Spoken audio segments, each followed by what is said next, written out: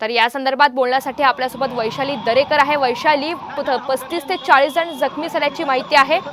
सध्याचे काय अपडेट्स आहेत? नाही, फारच गंभीर बाब आहे। कारण MIDC मध्ये याच्या अगोदर देखील असा स्फोट झाला होता आणि त्यावेळेला देखील जीवितहानी झाली होती आणि अनेकांचं नुकसानही झालं होतं। आता देखील असा स्फोट झालेला आहे। मला असं वाटतं वारंवार MIDC मध्ये जर असे गंभीर अपघात होत असतील तर याच्याकडे सगळ्या लोकांनी लक्ष द्यायला पाहिजे आणि सरकारने सुद्धा। वैशाली जी, आणखी एक मुद्दा असा आहे की फायर ऑडिटचा मुद्दा पुन्हा एकदा ऐरणीवर आलेला आहे आणि या संदर्भातून विरोधकांकडून देखील सातत्याने टीका केली जाते।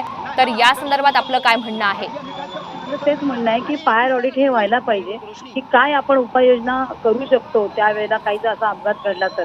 आणि त्याचबरोबर जे आपले अग्निशमन दल आहे ते सुद्धा तत्पर आहे का तेवढं काही जर काही झाल्यानंतर ते विझवण्यासाठी आपण तेवढं सक्षमतेने काम करू शकतो का हे देखील बघायला पाहिजे। तर अशा ज्या जिथे हानी होऊ शकते अशी जी शक्यता असते त्या ठिकाणी तर फायर ऑडिट होणं हे फारच गरजेचं आहे। यासाठी आपल्याकडून काय पाठपुरावा केला जाईल का?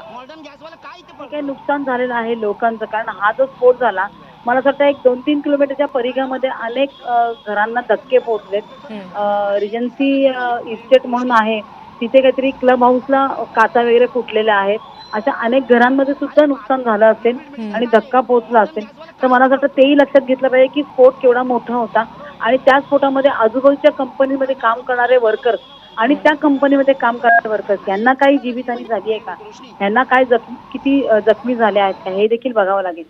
वैशाली जी, 2016 मध्ये देखील अशीच दुर्घटना घडलेली होती। डोंबिवली MIDCतच असा भीषण स्फोट झालेला होता ज्यामध्ये 12 जणांचा मृत्यू झाला आणि अशी पुन्हा घटना घडते त्यामुळे आश्चर्य व्यक्त केलं जातंय। नियमांच्या बाबतीत देखील प्रश्नचिन्ह उपस्थित केलं जातंय। दुर्दैवाने हे खरं आहे। याचं कारण असं आहे की स्फोट झाल्यानंतर चर्चा होते त्यावेळेला खूप उहापोह होतो की हे अशी उपाययोजना केली पण त्याच्यानंतर परत सगळं थंड होतं। आता 16ला झाला त्याच्यानंतर आज 24 म्हणजे त्यानंतर सगळे लोक 8 वर्ष शांत राहिले।